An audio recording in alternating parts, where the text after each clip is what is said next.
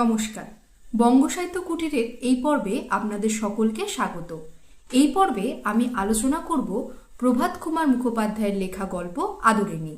এই গল্পটি দ্বাদশ শ্রেণীর পাঠ্য রয়েছে, তাই আশা রাখব সকল ছাত্রছাত্রী প্রথম থেকে শেষ পর্যন্ত আমার এই আলোচনাটি শুনবে এবং আমাকে অবশ্যই শেষে গিয়ে জানিও তোমাদের এই আলোচনা কেমন লাগলো।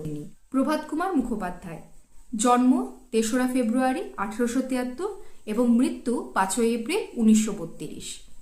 প্রভাত কুমার মুখোপাধ্যায় ছিলেন বাংলা সাহিত্যের একজন অপ্রতিদ্বন্দ্বী কথাসাহিত্যিক, ছোট গল্পকার ও উপন্যাসী। সরল ও অনাবিল হাস্যরসের গল্প লেখক তিনি, এবং এই আদরিণী গল্পটি প্রভাত কুমার মুখোপাধ্যায়ের গল্প সমগ্র দ্বিতীয় খণ্ড থেকে এই গল্পটি নেওয়া হয়েছে।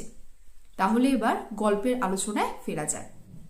আদরিণী গল্পটি মূলত একটি হাতিকে কেন্দ্র করে, এবং এই গল্পের নামকরণ আদরিণী কেন হয়েছে তা আমরা এই গল্পটি যখনই আলোচনা করব তখনই আমরা বুঝতে পারবো, এবং গল্পের নামকরণের সার্থকতা তখন আমরা বুঝে যাব।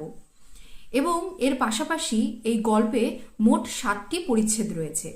প্রত্যেকটি পরিচ্ছেদে এক একটি পর্ব আছে, এবং প্রত্যেকটি পর্ব এক একটি ঘটনার সিকোয়েন্স অর্থাৎ ধারাবাহিকতা রয়েছে। কিভাবে একটি ঘটনার থেকে আরেকটি ঘটনার যোগ রয়েছে তা প্রত্যেকটি পরিচ্ছেদে বলা রয়েছে। তাহলে এবার আলোচনা শুরু করা যাক। পুরো আলোচনাটি শুনতে এখনই ভিজিট করো আমার বঙ্গ সাহিত্য কুটির ইউটিউব চ্যানেল। ধন্যবাদ।